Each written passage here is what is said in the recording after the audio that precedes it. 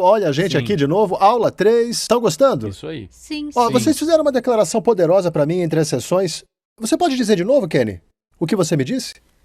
Eu estava dizendo que se você não tivesse sido obediente àquele pastor, o que isso teria feito à sua família, aos seus filhos, ao seu legado, aos filhos de Adson, ao seu casamento? Será que ele estaria casado com Julie? Eu pensei muito sobre isso. Isso me tocou profundamente quando você disse. E eu percebi que não apenas nós afetamos a nós mesmos, mas também ao nosso legado. Sim. Então, Isso aí. estabelecemos a importância de estar submetidos à autoridade direta de Deus. Agora, eu quero que, pelo resto das nossas 4 lições, falemos sobre a autoridade delegada. Então, eu vou ler direto a Escritura e depois a gente analisa ela, tá bem? Vamos lá, ó. Romanos 13, 1, 2, que toda alma esteja sujeita às autoridades governantes, pois não há autoridade exceto por Deus. E as autoridades que existem são ordenadas por Deus. Portanto, quem resiste à autoridade resiste também à ordenança de Deus, e os que resistem trazem julgamento sobre si mesmos. Então, Paulo está falando especificamente sobre líderes governamentais deste versículo.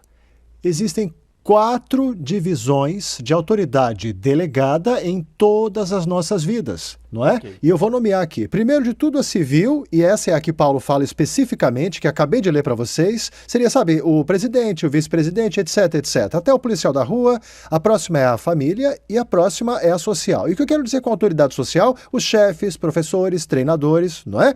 O seu líder de grupo ou qualquer outra coisa. A 4ª é a autoridade da igreja, não é? Então, vamos falar... Deixa eu só falar para vocês. Muitas das escrituras que eu vou mostrar, pode ser que algumas divisões específicas, olha só, geralmente, porque tem exceções, mas geralmente a instrução para uma se sobrepõe a todas elas aqui. E eu vou tentar ficar com a que se sobrepõe a todas elas, a menos que eu fale especificamente sobre uma dessas categorias, essas divisões, tá bem?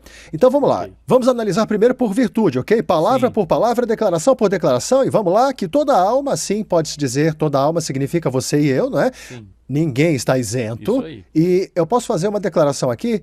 Não são sugestões. Quer dizer, vocês sabem que Deus não dá sugestão, né, gente? Suas palavras... Verdade. Sim. Verdade. devem ser tratadas como comandos, não é mesmo? Sim. Comandos de amor, ué. Lembrem-se, Paulo diz que eu sou um servo amoroso, então são comandos de amor, porque sabemos que, em última análise, ele está fazendo isso para o nosso bem. sim. Que toda alma esteja sujeita às autoridades governantes. Então, essa palavra sujeita é uma palavra muito interessante. É a palavra grega upotasso. E, na verdade, é um termo militar grego. Isso significa organizar divisões de tropas sob o comando de um líder, mas em uso não militar. Era uma atitude voluntária de ceder, também de cooperar, assumir a responsabilidade e também de carregar um fardo. Então você pode ver aqui que isso está falando sobre o quê? Que nos colocamos voluntariamente sob aquele líder, prontos para obedecer o que ele nos pede para fazer, entendem? Então isso quer dizer o quê? Que Deus diz que toda alma tem que estar sujeita às autoridades governantes. Então vamos continuar lendo. Ele disse, pois não há autoridade exceto Deus. Agora lembre-se, na primeira sessão eu disse todas as autoridades são de Deus, mas nem toda autoridade é piedosa, porque tem líderes ímpios, certo? Mas não há autoridade exceto Deus. E as autoridades que existem são ordenadas por Deus. Agora, essa palavra ordenada é a palavra grega tasso, que significa designar, ordenar ou estabelecer. Mas de forma alguma essa palavra tem implicação de acaso. Não é acaso, gente. Deixa eu falar uma coisa. Quando foi que eu aprendi isso pela primeira vez? Eu vou meio que entregar a idade? Vou entregar a minha idade, tá? Então eu era bem jovenzinho quando o presidente Clinton foi eleito presidente dos Estados Unidos. Foi em 92, né? Sim. Sim. Eu fiquei deprimido 3 dias, Uau. tá? Tô falando sério, literalmente deprimido. Até o 3º dia, quando Deus falou comigo tão claramente, e ele chegou para mim e me viu me afundando naquela depressão por 3 dias, na minha desobediência, e ele me disse, filho, ninguém chega a cargo nenhum sem que eu saiba. Uau. Isso aí. E aí eu pensei, uau! Aí a minha atitude totalmente mudou e comecei até a orar pelo presidente Clinton. E depois eu falo sobre isso para vocês, tá? Não é por coincidência, não, tá bem? Então, olha lá, toda autoridade é de Deus, e eu vou dizer sempre isso, mas nem toda autoridade é piedosa, entenderam? Então vamos adiante com Romanos, olha lá. Então, portanto, quem resiste à autoridade, resiste à ordenança de Deus. E aqueles que resistem trazem julgamento sobre si mesmos. Então, quando você resiste a uma autoridade delegada, você está resistindo àquele que Deus instituiu. Sim. Aquele que lhe delegou autoridade. Sim. Em essência, resistindo ao próprio Verdade. Deus. Isso aí. Sacaram? Então, eu sei que tem um monte de perguntas surgindo na cabeça agora. Meu Deus do céu! E se o meu líder disser para eu fazer isso, fazer aquilo outro? Então, calma, que eu já vou chegar lá. Eu juro que vou cobrir tudo isso. Só fiquem comigo. Vamos lá. Então, vamos desenvolver essa parte aqui e olha só. Você traz julgamento sobre si mesmo. Lembrem-se, eu não estou ensinando para nenhum de vocês que vocês têm que se submeter a qualquer preço. Eu mesmo, como pessoa que já cometeu tantos erros sob a autoridade e trabalhei para esses dois grandes ministérios, eu também trouxe algumas formas de julgamento sobre mim mesmo. Então, de verdade, eu não quero que ninguém se submeta a algo que não quer, tá? Esse é o meu coração, então acreditem em mim. Vamos lá. Então, eu estou por você, Deus está com você também. Isso é o que ele está dizendo por você, tá bem? É para o seu bem. Então, a resposta comum que todo mundo ouve... Só um minuto, olha só, peraí. Existem líderes maus, cruéis e desonestos. Como é que a gente lida com isso, gente? Sim. Então, por que Deus ia dar autoridade para esses caras? Sim. Esse comportamento não é correto. Isso aí. Essa é uma boa pergunta. Por que Deus daria a alguém que é cruel e desonesto esse tipo de autoridade? Vamos dar um exemplo na Bíblia? Então, vamos pensar em alguém como Hitler ou Stalin. Quer dizer, não teve ninguém mais cruel como líder do que Hitler e Stalin, não é mesmo? Nos últimos 100 anos, Hitler e Stalin ganham. Sim. Mas o faraó. Pensem num faraó. O faraó escraviza uma nação inteira, não é? Dá a eles sobras e moradia ruim, marca de chicotadas às costas de gente inocente, faz elas trabalharem para o faraó para construírem a herança do povo dele e sem receberem coisa nenhuma, matando suas crianças a sangue frio. Isso é um líder muito, muito perverso. Sim. Então, Deus colocou o faraó nesse cargo, é? Vamos falar sobre isso agora. Se olharmos para Êxodo 9:16 e depois Romanos 9:17, dois lugares na Bíblia, essa é a palavra direta de Deus ao faraó. Pois eu te levantei. Deus disse isso ao faraó. Eu te dei autoridade. Estão vendo isso? Como Deus levantou o faraó? Para entender como Deus ergueu o faraó, vamos ter que voltar lá para Abraão. Vamos lá então? E Deus fala para Abraão um dia, veja o que ele diz para ele, olha só. Por 400 anos, os seus descendentes serão estrangeiros em um país que não é deles e serão escravizados e maltratados quando chegarem lá. A Bíblia do Rei James diz afligidos. Então eles serão escravizados e Deus diz isso ao Abraão, gente. Você gostaria que Deus dissesse para você que os seus filhos e os filhos dos filhos dos seus filhos seriam escravizados e maltratados por 40 anos? Entende isso aí? Isso nos levaria ao ano de 2400 da Era Moderna. Não é isso? Isso não é uma coisa para a gente comemorar, não. Mas ainda assim, Deus diz isso ao Abraão. Então, como os filhos de Abraão ficaram sob o faraó? Foram desobedientes? Foram perversos? Bom, um filho de Abraão era Isaac. Esse era muito piedoso. Jacó era meio instável, mas se tornou piedoso também. Daqueles 12 filhos, o mais piedoso de todos era o José. Os irmãos de José o invejavam. Deus lhe dá o sonho da liderança, então os irmãos vendem ele como escravo para o Egito. Ele vira escravo no Egito por 10 anos, é acusado de uma coisa que não fez, vai parar na masmorra. Lá ele interpreta os sonhos de dois caras. Vocês lembram dessa história? Aí Deus dá ao faraó um sonho de que haverá 7 anos de abundância e 7 anos de fome. Vocês devem lembrar dessa história, não é, pessoal? Mas o faraó não consegue interpretar esse sonho aí. E alguém diz para ele, tem um cara lá na masmorra que interpretou meu sonho e a coisa virou realidade. José vem, interpreta o sonho, o faraó gosta disso e transforma ele no número 2 no Egito, né? Então, a fome vem não apenas sobre o Egito, mas sobre o mundo inteiro. Então, adivinha agora quem é que não tem comida? Jacó, o neto do Abraão, conhecido também como Israel, não é? Então, ele e os filhos estão morrendo de fome. E ouvem que só tem um lugar que tem comida. Graças à sabedoria de José, que orientou o faraó sobre o sonho dado por Deus, só os egípcios têm comida. Daí todo mundo vai para lá, José se revela, e todos os descendentes de Abraão, cerca de 70 pessoas, acabam no Egito sob o faraó. Por que Deus não deu o sonho a Jacó? Por que não deu sonho a Israel e deixou todo mundo ir lá?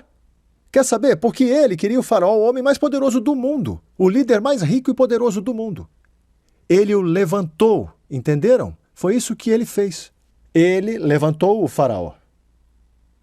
Agora, por quê? Então, olha só, eu quero confirmar que eu não estou aqui ensinando heresia, tá bom? Eu quero que vocês saibam e vejam por que José diz aos seus irmãos quando ele se revela isso aqui, ó. Mas agora não fiquem tristes e zangados consigo mesmos, porque me venderam para o Egito, pois Deus me enviou para preservar a vida. Ele me enviou 2 vezes, antes de vocês, para preservar a sua posteridade na terra e salvar as suas vidas num grande livramento. Não foram vocês que me enviaram, mas Deus, 3 vezes. Agora, vai que José estivesse meio confuso, né? Olha só o que o Salmo diz aqui, ó. Deus enviou um homem cujo nome era José para ser escravo. Agrilhoaram ele. Foi Deus quem enviou José para lá e foi Deus quem deu sonho ao faraó. Não deu sonho a Israel, o neto de Abraão. Por quê? Porque Deus faria isso. Nesse incidente, obtemos a sabedoria sobre isso e por causa da redenção. E por quê? Peraí, redenção? Esses caras foram brutalmente escravizados por 400 anos. O que isso tem a ver com redenção, gente? Lembrem-se que, até aquele ponto, ninguém na Terra sabia quem era Deus, só Abraão. Só Abraão, Isaac e Jacó e os descendentes dele. E até alguns dos descendentes não sabiam depois de 400 anos. Por que disseram a Moisés, quem te enviou? Quais foram as primeiras palavras do faraó a Moisés? Quem é esse senhor que diz que devo largar os meus escravos? Devo obedecê-lo? Lembram? 40 anos depois que Deus os libertou do Egito, né? Bom, vamos lidar com isso. 40 anos antes, depois que Deus terminou com o Egito, todos os egípcios sabiam quem o Senhor era, lembram? Todos eles. Todos, até os que respeitavam Moisés, porque diziam que seu Deus é o verdadeiro Deus, é o Deus do céu e da terra. 40 anos depois, os espiões entraram em Jericó. E Raabe diz, os homens de nossa cidade estão desmaiando de medo, porque sabemos que o Deus que destruiu o Egito, o verdadeiro Deus, está entre vocês. Não é incrível? Então avançamos centenas de anos depois disso, e quando eles, sob Eli, trouxeram a arca, quando Finéias trouxe a arca, toda Israel enlouqueceu, e os filisteus disseram, esse é o Elohim, esse é o Deus que destruiu os egípcios durante o êxodo. Então o que aconteceu foi que agora o nome de Deus era conhecido em toda a terra. E foi o começo daquela profecia a Abraão, onde todas as famílias serão abençoadas, inclusive as nossas. E isso temos que entender. Tem coisa mais importante para Deus do que o nosso conforto pessoal. E essa é a redenção das almas. Pensa comigo, se Jesus colocasse o conforto pessoal dele acima de nós, ele nunca teria morrido naquela cruz, gente. A Bíblia diz, tenham em vocês a mesma atitude que houve em Cristo Jesus. Existem momentos, muitos momentos, em que Deus permitirá que pessoas estejam sob a autoridade de líderes desse jeito e suas ações claramente não refletirão a Deus de forma alguma. Um dia esse líder enfrentará julgamentos, porque a Bíblia declara que líderes serão julgados com maior rigor, porque eles têm as almas. Foram-lhe confiadas as almas. Porque Deus tem pleno conhecimento de quem está liderando, seja no âmbito civil, âmbito social, âmbito familiar, no âmbito da igreja, ele sabe. Quer dizer, não foi Deus quem colocou Davi sob liderança de Saul? Não foi Deus quem colocou Samuel sob Eli? Agora há 2 dos maiores homens na Bíblia, gente. Samuel e Davi. Os 2, Deus colocou sob líderes bem corruptos. Vocês percebem? E eles acabaram se tornando grandes líderes. Nada disso foi acidental, pessoal. E a gente vai falar disso agora. Vamos lá. Então, vamos restabelecer as 4 divisões de autoridade. A civil, familiar, social e eclesiástica. Agora eu vou abordar cada uma delas nas próximas 2 sessões. Bora lá? Mas ao longo dos muitos anos, ouvi repetidamente, e isso é uma coisa bem comum, viu? Que sempre que ensino sobre isso, ou as pessoas já me ouviram mencionar, a primeira pergunta é a obediência. É incondicional, John? E eu tenho que obedecer, não importa o que meu líder diga? Essa é uma pergunta muito boa. Eu quero deixar bem claro para vocês, porque eu estou quase preocupado que vamos perder pessoas em nossas lições se não ouvirem o que tem a dizer sobre isso, ou o que a Bíblia tem a dizer sobre isso. Vou abordar isso agora. Vamos lá? Demorou. Eu quero fazer isso em Hebreus 13:17. Vejam, em Hebreus 13:17, vemos que Paulo fala especificamente sobre a liderança da igreja, porque, olha, eles cuidam de suas almas. Falamos especificamente sobre a liderança da igreja, e isso se expande. Obedeçam aos que governam vocês com submissão, pois eles cuidam de suas almas como quem deve prestar contas. Que façam isso alegre e sem tristeza, pois seria desvantajoso. Claro, não fala sobre o líder, mas sobre nós mesmos, todos nós, não é? Olha só o que ele diz. Obedeça àqueles que governam com submissão. Agora, quantos de vocês sabem que podemos obedecer, mas não necessariamente submissos? Eu lembro de quando eu aprendi isso pela primeira vez, sabe? Eu estava trabalhando para essa enorme igreja, né? Uma das maiores igrejas do país. Eu era assistente executivo do pastor, que é um jeito bonito de falar o faz tudo glorificado. Então eu tratava dos seus cuidados pessoais, necessidades da família. Lembro que uma vez eu estava no estacionamento do mercado e acabei de comprar mantimentos para a família dele e eu comecei a chorar, porque eu pensei, poxa, 8.000 pessoas nessa igreja, porque justo eu sou aquele que cuida desse cara. Que pecado eu fiz para merecer isso? Bom, essa lua de mel durou cerca de 1 ano e meio, e aí passou, e agora eu comecei a criticar o pastor porque eu estava muito pertinho dele. Eu achava que eu era criterioso, mas eu estava sendo crítico mesmo. Veja, qualquer um pode ser crítico, tudo que precisa é 2 olhos e um cérebro, não é? Mas para discernir, Filipenses capítulo 1 diz que todo discernimento é enraizado no amor de Deus. Eu estava sendo crítico. E não meticuloso, estava sendo crítico mesmo. Que criterioso, coisa nenhuma. Eu estava sendo crítico do meu pastor, pessoal. E eu falei para minha esposa e estava dizendo um monte, até para amigos próximos da gente. E teve uma noite que depois de 6 meses, eu fui para a casa dessa família que também estava na equipe executiva e fazia uns 6 meses isso. Deixa eu falar para vocês. Meu pastor era provavelmente um dos maiores pregadores da América, e por 6 meses inteiros eu não absorvi nada do que ele disse. Sabe qual era a palavra da moda na minha família naquela época? Eu dizia para Lisa, não estou sendo alimentado. Não estou sendo alimentado na minha própria igreja. Então, uns 6 meses depois, a gente teve um casal na nossa casa que foi jantar com a gente, e aí eu soltei isso no jantar também, e disse, gente, não estou sendo alimentado. E eles, a gente também não está. Que conversa espiritual, eu sei lá que espírito era, mas era uma conversa espiritual. E eles estavam tipo, meu Deus, a gente não está recebendo mensagem nenhuma desse pastor. Então nós decidimos ao redor da mesa, a Lisa quieta o tempo todo, nós determinamos ao redor da mesa, nós 3, eu, o marido e a esposa, que nosso tempo naquela igreja tinha chegado ao fim e Deus permitia que secássemos a videira, para que quando saíssemos daquele oásis não sentíssemos falta e nunca mais voltássemos lá. Já tínhamos aguentado demais, enfrentado demais. Então, 2 dias depois eu estou orando e eu posso fechar os olhos agora e lembrar exatamente o que aconteceu, porque eu nunca vou esquecer o que Deus me disse. Eu estava orando e o Espírito Santo me disse, olha, John, o problema não é o seu pastor, não. O problema é você, cara. E eu fiquei tipo, o quê? Ele disse, filho, você continuou dizendo que não está sendo alimentado, mas o que Isaías 1,19 diz? Eu citei porque eu sabia de cor. Se disposto e obediente, comerás o melhor da terra. E o Senhor disse, aí está o problema. Eu disse, espera aí, Deus, eu sou obediente, eu faço tudo o que meu pastor fala para eu fazer, meu Deus. E ele disse, filho, não só o obediente, se for disposto. O disposto lida com atitude. Obediência lida com ações. E a sua atitude é podre. E ele me lembrou de quando eu era criança, quando eu era adolescente, o meu programa favorito, e agora eu vou entregar a idade, era um programa chamado Beretta. E era sobre esse detetive de Newark, Nova Jersey, e um pássaro chamado Fred, e era muito engraçado. O nome do ator era Robert Blake, se não me engano, e eu assistia toda quarta-feira à noite. Começava às 9 e terminava às 10, e 10 horas era hora de dormir na casa dos Bevere. E sendo eu o único menino de 6 filhos, quem era o cara que levava o lixo? Eu. Então, toda manhã de quinta-feira, o lixeiro vinha sempre antes da gente acordar. Eles vinham cedo, né? Então, o meu trabalho era garantir que o lixo estivesse no final da estrada. Então, era quase sobrenatural como isso acontecia. A minha mãe entrava no meio do programa, no clímax, bem na hora em que o galo dava ao Beretta a informação de que ele precisava para pegar o criminoso, entendem? Minha mãe entrava no meio do programa, olhava para mim e falava assim, meu filho, você deixou o lixo lá fora? Eu dizia, não, senhora, ainda não. E ela dizia, então eu quero que faça agora. E eu dizia, tá bom, senhora. E eu pegava o lixo, levava os baldes para baixo, eu era obediente, parecia que eu estava submisso, que eu tinha uma boa atitude, mas por dentro eu ficava, eu não posso acreditar, você não pode esperar até o final para entrar, não, mãe, pelo amor de Deus, mãe.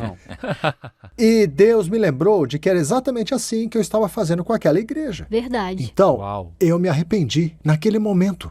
E na manhã seguinte, no domingo seguinte, mesmo pastor, mesma série de mensagens, eu estava no mesmo assento. E todo o céu se abriu. E sabe o que eu fiz? Eu chorei por 40 minutos quando meu pastor pregou. E eu pensei, o que eu perdi nos últimos 6 meses por causa da minha atitude? Nós temos um vídeo que a nossa equipe montou e é absolutamente incrível. Chama-se Falando Francamente e acho que vai ilustrar bem esse ponto. Vamos ver?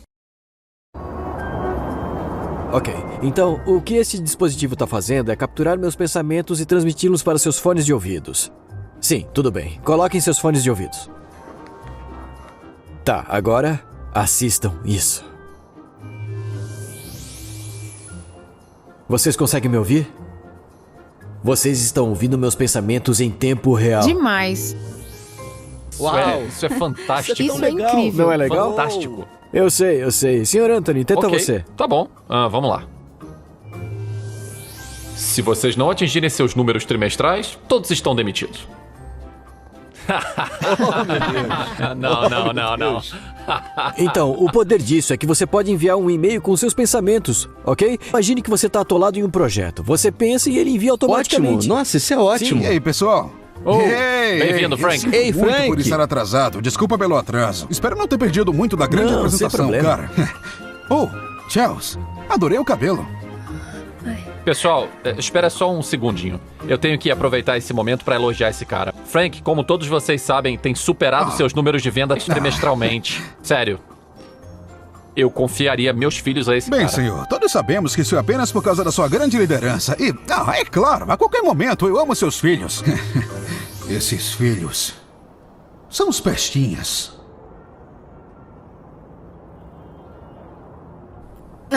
Frank, você... Na verdade, vamos esperar um pouquinho. Frank, sobre aquele projeto trimestral que eu te dei, como é que está indo? Tá indo ótimo, na verdade. Sabe, deixa eu aproveitar essa oportunidade para dizer que é uma honra, senhor, que você realmente confie em mim com isso. Sim, apenas mais uma perda de tempo, como todos os outros projetos que você me atribuiu. Sério? Melhor reunião do dia. Frank, bom, todos nós aqui podemos te ouvir. Bem, sim, claro, quer dizer, você não vê que eu tô falando com o Sr. Anthony? E você não vê que deveria tentar algo novo com seu cabelo de vez em quando? Você acha que ela percebe o quão horrível é o cabelo dela? Quero dizer, parece um ninho de pássaro. Ah, isso é tão verdade. Oh, Chelsea, eu sinto muito. Chelsea, sinto muito. Qual o problema dela? Então, o que eu tava dizendo é que esse dispositivo... Essa é a sua grande apresentação em que você vem trabalhando a semana toda? Cara, eu tô tão animado pra ouvir sobre isso. Obrigado. Absolutamente. Por que você sempre faz essas invenções estúpidas? Você realmente acha que vai conseguir uma promoção por esse pedaço de lixo? Eu vou dar um soco bem no meio da tua cara. Ok, pessoal. Acho que é o suficiente por hoje. Frank, você pode garantir que terá esse projeto pra mim até o final da próxima semana? Absolutamente. Eu tô bem animado pra terminar tudo, senhor. Tão animado quanto estou pra ver você se aposentar, velho. Todos sabemos que posso administrar essa empresa muito melhor do que você. Eu não acredito que ele fez isso. Então, Tom, o que é isso, cara? Este é um dispositivo que captura os seus pensamentos e os transmite para todos ao redor. Todos. Espera, então... Isso é um dispositivo que... transmite... meus pensamentos? Droga! Ele tá... Ele tá ligado agora? Ele tá... Tem estado ligado o tempo todo. Sim. Ok, vocês sabem, pessoal, eu não tenho certeza do que Frank. vocês ouviram nos últimos... Sim, Você tá demitido. sim, ok. Tá certo então. Vejo você depois, Tom. Ou não? Não. Tchau, Frank. Sim, sim.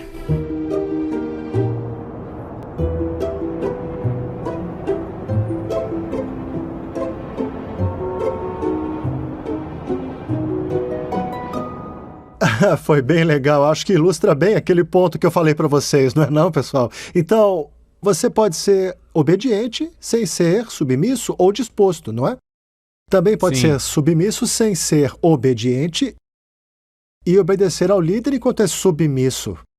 Porque a submissão, acima de tudo, é uma atitude sua. Obediência lida com ações. Lembrem da parábola de Jesus que ele conta sobre os 2 filhos. O primeiro diz o quê? Claro, pai, eu faço sim, eu vou trabalhar no campo, e ele não faz isso. O outro diz não, e depois faz. Segundo Jesus, quem fez a vontade do pai não foi o primeiro, foi o segundo. Então, o negócio é o seguinte, queremos ser dispostos e obedientes, Sim. não é? Sim. Então, aqui está a situação. Quero que você entenda a submissão. Quando a Bíblia fala submissão, lida com atitude de coração. Obediência. A Bíblia fala de nossas ações. Estão me acompanhando? Então, onde é que traçamos a linha? Aqui é onde fica realmente importante. Presta atenção. A obediência é incondicional? Vou fazer a pergunta de novo, hein? A obediência é incondicional? E a resposta é não. Porque há um momento, e eu enfatizo apenas um momento, em que a Bíblia nos diz para não obedecer à autoridade. Isso é quando essa autoridade nos diz para não fazer o que está na Bíblia, ou quando nos diz para pecar. Vocês entendem esse ponto? Se lembrarem de Shadraque, Mesaque e Abdenego, eles chegaram à Babilônia, Nabucodonosor era rei, a quem Deus chamou de meu servo, em Jeremias 25:9 e 27:5-37, um cara tão desobediente a Deus que ele era como um cavalo selvagem. Mas Deus o chamou de meu servo porque deu autoridade a Nabucodonosor. Nabucodonosor constrói uma estátua de 27 metros e diz que toda vez que tocar uma música você tem que se curvar e adorá-la. Isso viola o segundo mandamento. A música toca, todos se curvam, exceto Shadraque, Mesaque e Abdenego. Eles ficam de pé, não se curvam não. Tá bom? Aí o rei vai e ouve sobre isso e fica furioso quando Shadraque, Mesaque e Abdenego são levados diante do rei. E olha só o que eles dizem para ele, observem bem aqui, ó. Se formos jogados na fornalha, porque essa era a penalidade por não adorar a estátua, o Deus a quem servimos é capaz de nos salvar, ele nos resgatará do seu poder, sua majestade.